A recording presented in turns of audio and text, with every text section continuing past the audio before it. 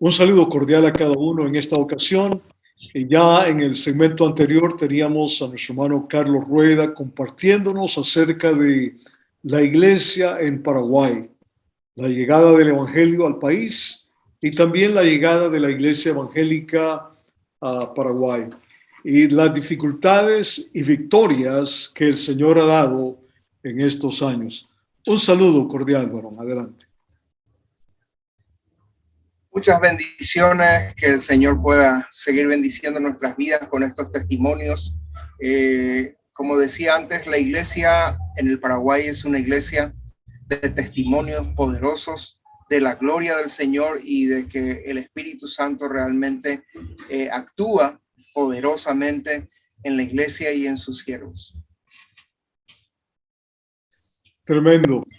Entonces, cuéntenos un poco acerca de ¿cuál es el estado de la iglesia al presente en Paraguay?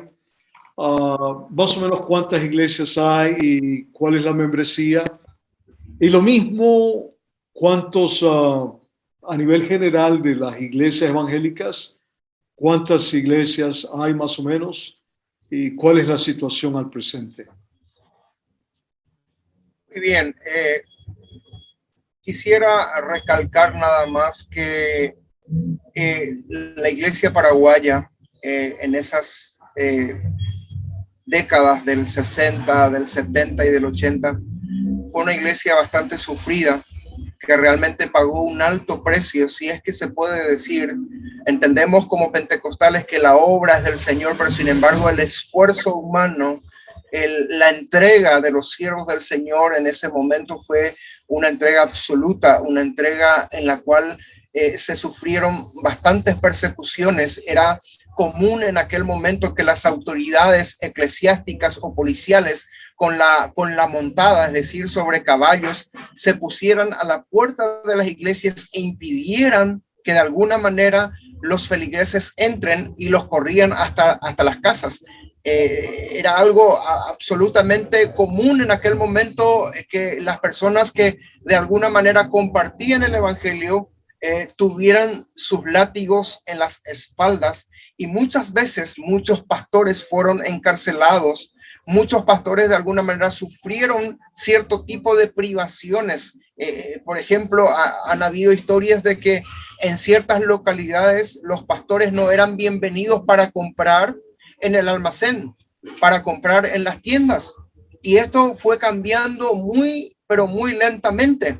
Y la persecución policial, por supuesto que en aquel entonces tenía como pretexto la Guerra Fría, que en aquel momento era candente, y que el caldo de cultivo de la Guerra Fría, por supuesto, que era la hechicería y el comunismo. De alguna manera, si alguien tenía problemas dentro de la sociedad y quería ser incriminado, esta persona era acusada de hechicera o era acusada de ser comunista, que en aquel momento, por supuesto, que en esta zona del país era visto con muy malos ojos, y las personas muchas veces iban a parar a la cárcel hasta que se den las explicaciones pertinentes. Así es que encontramos, por ejemplo, el testimonio de un pastor, de un siervo de Dios en la localidad de Asunción, que fue azotado duramente por tener reuniones en una casa particular juntamente con el dueño, y este pastor fue llevado preso y estuvo allí durante 3 semanas en la prisión. Pero en esas 3 semanas, en esas 3 semanas aproximadamente que estuvo en ese lugar, él tuvo la valentía de predicar y ganó a 2 soldados, a 2, por supuesto que policías que estaban allí custodiándolo porque él les predicaba, tal como el apóstol Pablo lo hizo también estando en la prisión, y los ganó para Cristo. Y estos 2 soldados se convirtieron en hermanos que más tarde fueron obreros. Es decir, el Señor hizo de alguna manera maravillas para que hoy podamos contar cosas que de cierta forma son sorprendentes, pero que son el fundamento de lo que tenemos hoy. Como concilio de las asambleas de Dios hemos tenido un crecimiento increíble. O sea, se acusaba a los pentecostales de ser hechiceros. Exactamente, por las sanidades que se daban, porque por supuesto que la Iglesia Católica no proclamaba este tipo de promesas, Entonces, cuando una persona era sanada, entonces se decía que esa persona estaba de alguna manera hechizada. Era el pretexto para que dejen de asistir a las reuniones. Y muchos cristianos, esto es importante, muchos cristianos que se convirtieron al Señor, incluso se bautizaron, fueron discípulos secretos hasta muchos años después, de tal manera a que se dieran a conocer testimonios de estar ocultados durante más de 10 años leyendo la Biblia, estudiando la palabra, orando al Señor, pero por temor a perder el empleo, por temor a perder la familia, por temor de alguna manera a ser recriminados, permanecían secretamente, pero que más tarde se dieron a conocer. Wow. Qué situaciones, ¿verdad? Qué principios más difíciles. Al revisar la historia de la Iglesia del Señor Jesucristo y del movimiento pentecostal también, vemos aspectos comunes de esos principios tan difíciles y de persecución y todo eso, ¿no? Pero a pesar de todo, nadie puede detener a la Iglesia del Señor. Y por eso el Señor, ya tenemos la promesa que aún las puertas del infierno no prevalecerían contra la Iglesia. Qué hermoso. Cuéntenos entonces acerca del crecimiento de la Iglesia.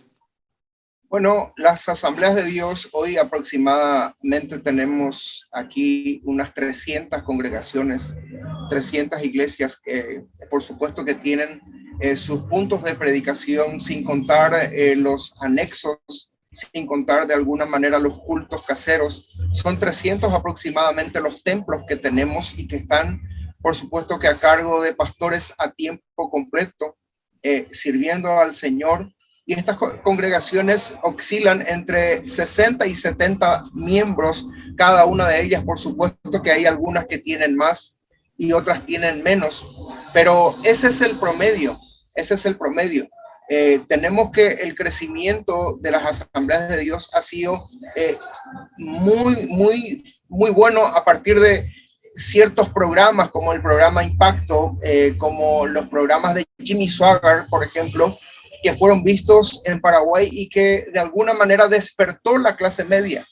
Este es un dato muy importante porque este movimiento, este movimiento Impacto Paraguay fue un programa que de alguna manera coincidió con elementos como la televisación de los programas de Jimmy Swaggart, que era uno de los programas favoritos de todas las familias paraguayas, que en aquel entonces inclusive hasta los sacerdotes se sentaban a ver con las familias paraguayas. Era algo increíble el poder de atracción que tenían estos programas y que de alguna manera traía el evangelio de forma clara y que proclamaba las promesas. Estos crecimientos, por supuesto, que fueron fenomenales y tuvimos, por ejemplo, en ese momento también el nacimiento de las iglesias como el Centro Familiar de Adoración con el pastor Emilio Abreu, que la mayoría sabrá este año partido a la presencia del Señor, pero que fue un hombre que de alguna manera pudo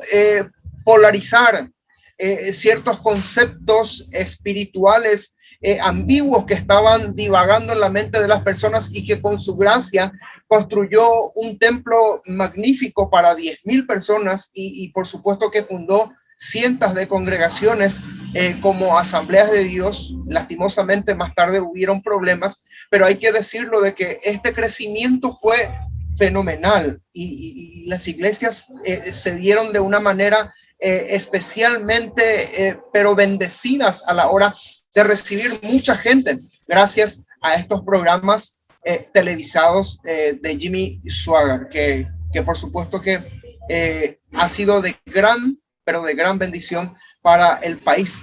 Muchos programas radiales se daban. Tenemos el testimonio de un hombre clave en Paraguay, que es el pastor José Bogarín, que era un hombre apasionado por el idioma guaraní, el idioma tradicional nuestro, y este pastor consiguió hacer el primer programa radial evangélico en guaraní, porque de otra manera no iba a ser permitido.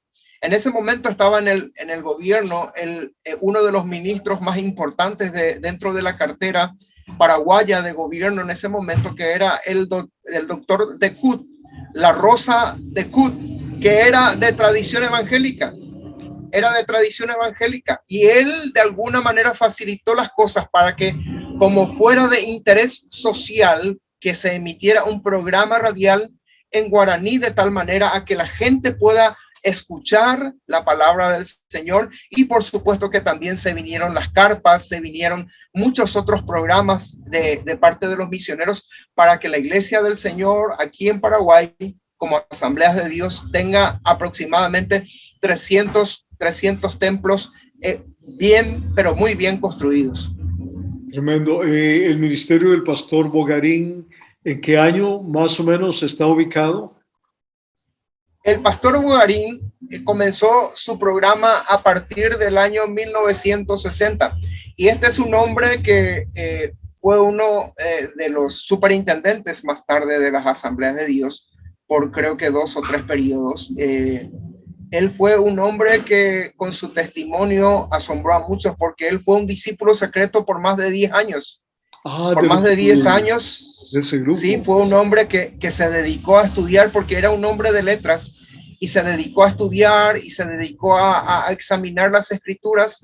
Y en una reunión de unos misioneros que vinieron en un culto para jóvenes, él en ese momento entregó su vida a Cristo y directamente pasó al servicio porque era una persona formada en las escrituras, era una persona bastante inteligente y fue uno de los referentes dentro de las Asambleas de Dios para que el crecimiento que se tuvo sea gracias a su entrega, gracias a su labor. Tremendo. Al comienzo, en el segmento anterior, preguntábamos si, bueno, usted habla portugués y español, claro, pero la pregunta que surge es, ¿habla también guaraní? Por supuesto. Ese es nuestro pan diario. Aquí si uno no habla guaraní, uno la pasa muy mal.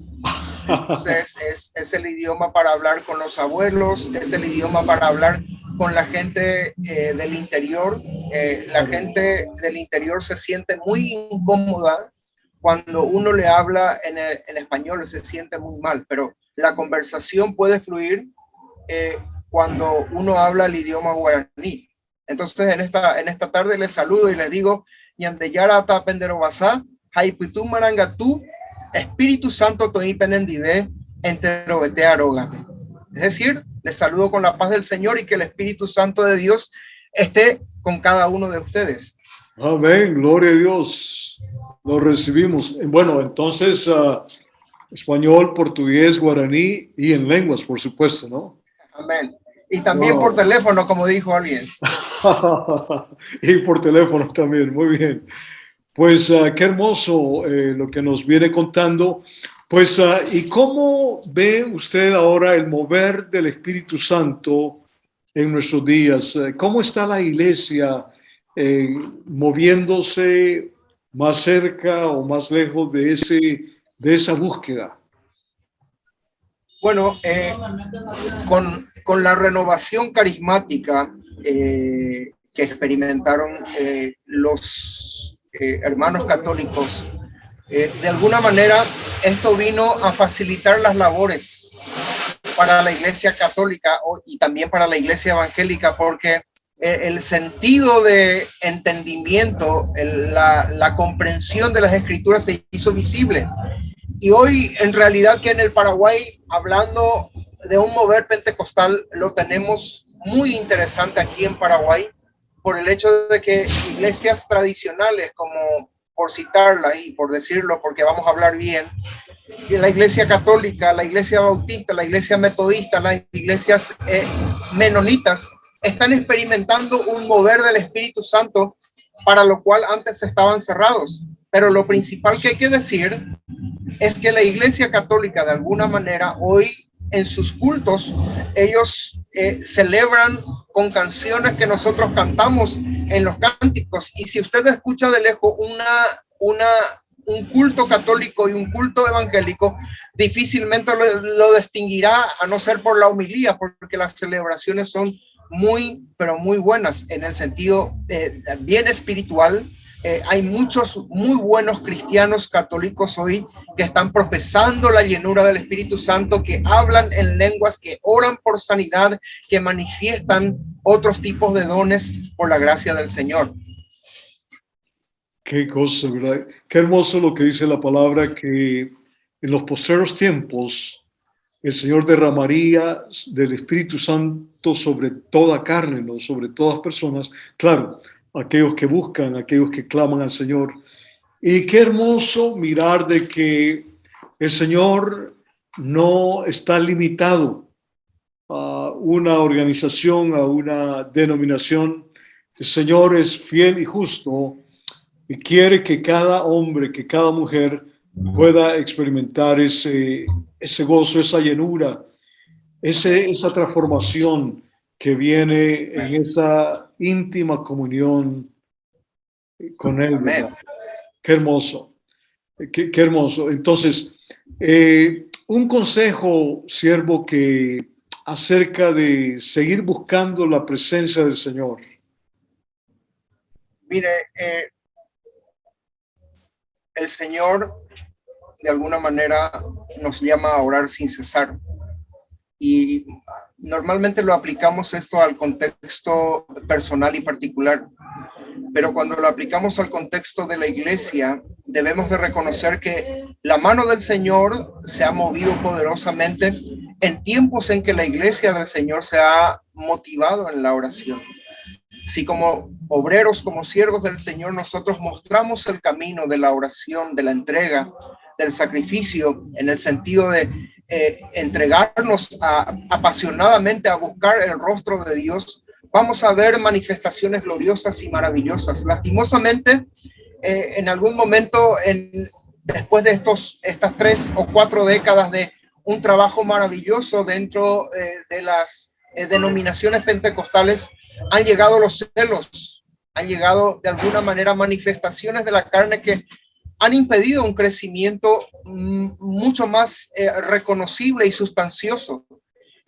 Se comenzaron a dar divisiones aún dentro de denominaciones importantes dentro del movimiento pentecostal, se dieron peleas, luchas, intrigas, y sin embargo el Señor nos llama a amarnos, y este es el camino.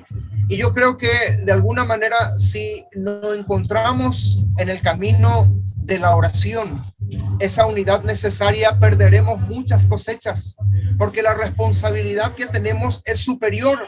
Hoy tenemos mucha más responsabilidad como obreros del Señor que los obreros de hace 50 años, porque estos tenían limitaciones, estos tenían problemas, tenían dificultades, no tenían movilidad. Hoy nosotros tenemos movilidad, tenemos elementos que podrían permitirnos llegar a distancias en muy corto tiempo, y sin embargo no estamos cumpliendo con nuestro papel, porque de alguna manera el pentecostalismo que tenemos está basado más bien en una ostentación de nombre y no en el trabajo.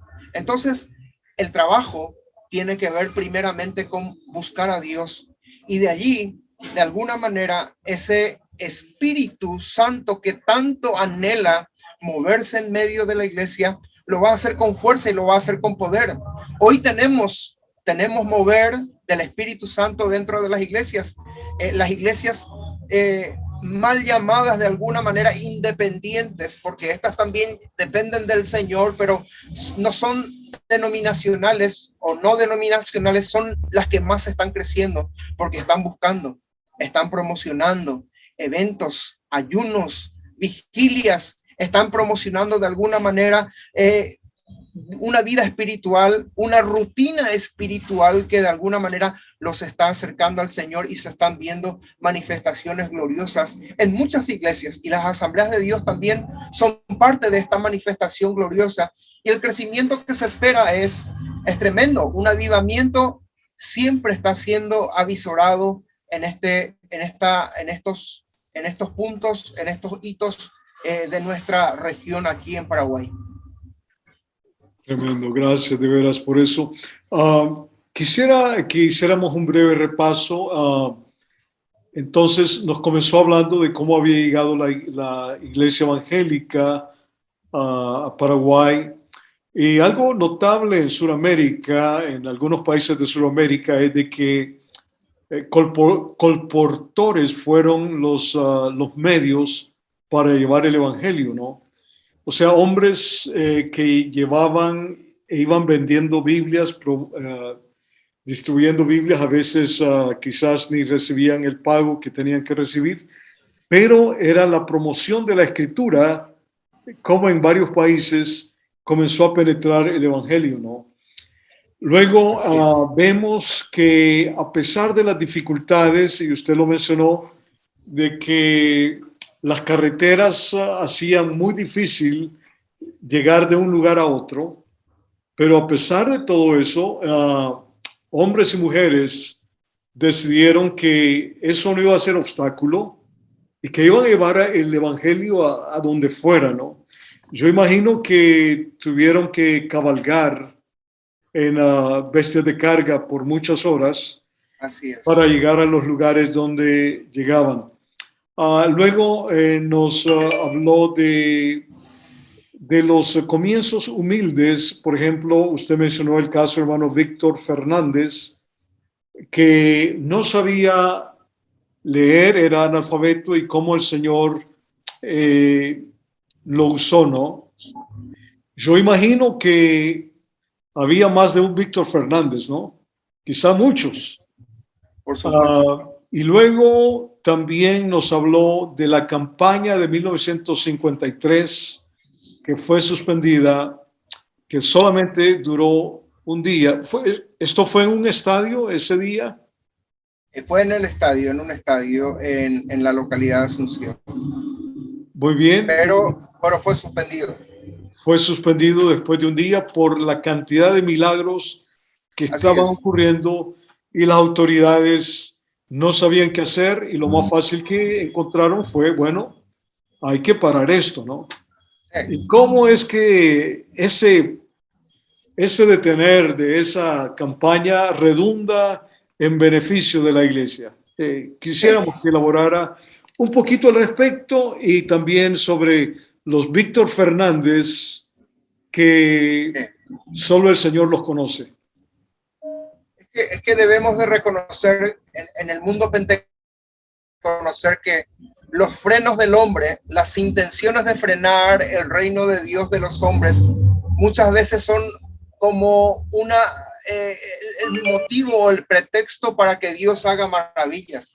En este caso, al ser suspendida la campaña pública en un estadio, creo que era el estadio de los Comuneros, un estadio famoso en Asunción, se suspendió, pero sin embargo la campaña se extendió para varias iglesias, porque el evangelista tuvo que comenzar a recorrer las iglesias y predicar en varias de ellas varias noches, de tal manera a que los resultados que se querían de una campaña masiva se dieran, pero como un reguero de pólvora a lo largo y a lo ancho de Asunción. Y esto fue finalmente mucho más beneficioso, porque no todos podían llegar al estadio, pero sí el evangelista podía ir a varios lugares. Qué hermoso. ¿Qué nos toca a nosotros decir? Gracias, Señor, por lo que has hecho, ¿no? Y háblanos de los Víctor Fernández, que nadie sabe, pero que el Señor sí sabe. Amén. Estos hombres en el Paraguay, hubieron muchos hombres que de alguna manera fueron utilizados por el Señor de una manera maravillosa. Existen testimonios de personas resucitadas. Existen testimonios de personas que fueron sanadas de enfermedades incurables por hombres que no sabían leer y escribir, pero que estaban llenos del Espíritu Santo. Eran hombres que buscaban a Dios. Eran hombres que se internaban en los montes y buscaban la presencia y conocían de revelaciones, de tal forma a que era tan claro para ellos el mundo espiritual que asombraba a muchos pastores formados en letras. Estos hombres llenos del Espíritu Santo se expandieron por muchos lugares del país, y estos hombres llegaron de manera anónima, de manera particular y privada, a predicar el evangelio por las campiñas en donde los vehículos no podían llegar, Habían ocasiones en que localidades quedaban aisladas por mucho tiempo por falta de comunicación vial, pero sin embargo, esas personas dispuestas con mulas, con caballos, a pie o con carretas, llegaban para entregar la semilla preciosa del evangelio. Tremendo. Gracias de veras por compartir, siervo. Y algún asunto específico que pudiéramos orar en este momento a favor de Paraguay, varón. Yo creo que es fundamental que oremos, por supuesto que por toda la nación, pero hablando del pentecostalismo, yo creo que es digno de recibir y de hacer mención, que oremos por el liderazgo, que oremos por la salud espiritual, emocional y relacional de los líderes de la nación paraguaya en materia de iglesia, porque de alguna manera la herramienta preferida del diablo ha sido la división, y esto se ha notado mucho en nuestra nación, y tal vez hemos sido privados de alcanzar muchas bendiciones y poder alcanzar muchas más cosas en el mundo espiritual, pero sin embargo se ha visto truncado por problemas relacionales en el liderazgo, y yo creo que el Señor de alguna manera derramará su bendición desde arriba hacia abajo. Los demás están esperando a que los hombres de Dios que están arriba sean un estímulo y un ejemplo. Y no estoy diciendo que hay solamente hombres que no están interesados en esto, no. Hay buenos pastores, hay buenos siervos de Dios, buenos compañeros que aman la obra, pero que necesitan estar unidos para que esto se lleve hacia adelante. Vamos a orar. Amén. Padre Celestial, qué hermoso Sí, Dios, recordar, gracias. observar, mirar Gracias, Señor, lo que tú has hecho. Qué hermoso también Jesús, que Señor, no nos quedamos en el pasado. Gracias, Señor. Señor, vemos el presente porque tú eres el Señor de la historia. En esta hora oramos, gracias, Señor, por la vida espiritual en Paraguay, Señor, por el liderazgo de la iglesia a nivel general. Oramos que tu nombre sea glorificado de forma preciosa. Señor, que haya cada día más y más unidad en el pueblo, en el liderazgo, a todos los niveles, Señor. Porque queremos ver tu obra manifestada, que tu gracia sea manifestada, que hombres y mujeres paraguayos puedan llegar a conocerte por el mensaje que nosotros, tus hijos, proclamamos, Padre. Ten misericordia, Señor, y sí, Señor, obra poderosamente. Pedimos por un avivamiento, por un despertamiento espiritual en toda la nación, aún más de lo que ya hay, Señor. Amén. Gracias. Gracias, Padre, en el nombre que es sobre todo nombre. Amén. En el nombre de nuestro amado Señor y Salvador Jesucristo oramos. Amén. Amén. Amén. Qué hermoso. Muchas gracias, estimado consiervo Carlos. Desearíamos que el tiempo fuera más extenso, pero ya tendremos ocasión. Un saludo, Amén. varón, despídanos con un saludo, despídase con un saludo y de veras, otra vez, muchas gracias por estar con nosotros. Amén. El agradecido soy yo por poder hablar. Justamente este trabajo me ha estimulado de alguna manera a investigar un poco más sobre el movimiento evangélico en el Paraguay, porque los materiales no son muchos. Y realmente ha sido un privilegio, un placer poder compartir parte de nuestra historia, parte de nuestra cultura, de nuestra identidad como pueblo. Y realmente espero grandes cosas del Señor para el Paraguay. Yo sé que avivamientos se van a dar simultáneamente en varias partes de este país, porque hay hombres que realmente aman a Dios y aman su palabra. Muchas gracias, Pastor Max. Que el Señor bendiga a la audiencia, a todos los hermanos, siervos de Dios que están conectados. Bendiciones. Estimados hermanos y amigos, muchas gracias por estar con nosotros y les esperamos en nuestro siguiente segmento con otro país. Muchas bendiciones y hasta luego. Adiós.